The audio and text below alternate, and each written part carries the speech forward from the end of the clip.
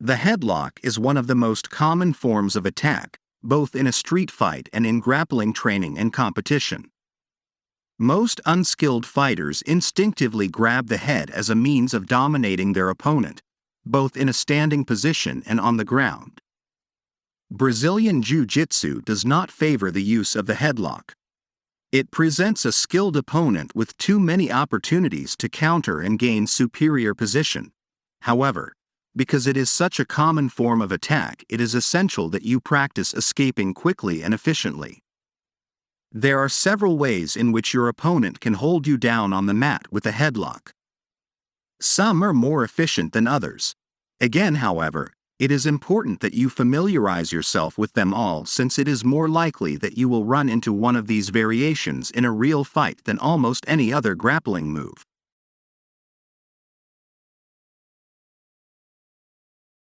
1.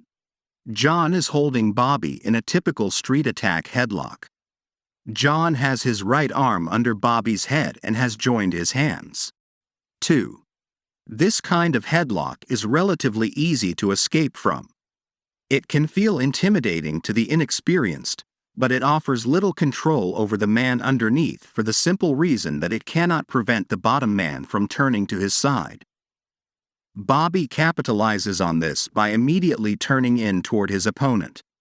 He then places his left forearm across John's jaw and braces his left wrist with his right hand.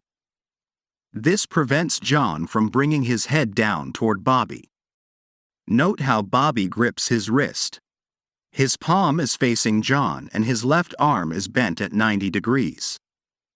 This forms a very strong brace to prevent John from bringing his head down. 3. At this point, Bobby scoots his hips away from John, still pushing on John's face. This creates space between the two opponents and brings John's head closer to Bobby's hips. 4. Bobby throws his legs up behind John's back, his hips coming off the floor.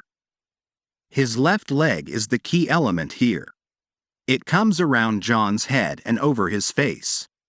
John cannot duck his head under Bobby's left leg because his head is braced by Bobby's arms. 5. Bobby now crosses his ankles and uses the strength of both legs and his hips to push John's head back. John is forced to roll onto his back. 6. Bobby comes up to his knees to take a top position. John is still holding onto Bobby's head but is now doing so from an inferior position. Having attained top position, Bobby hugs himself tightly to John. Note how Bobby keeps his hips low to prevent John rolling him over again.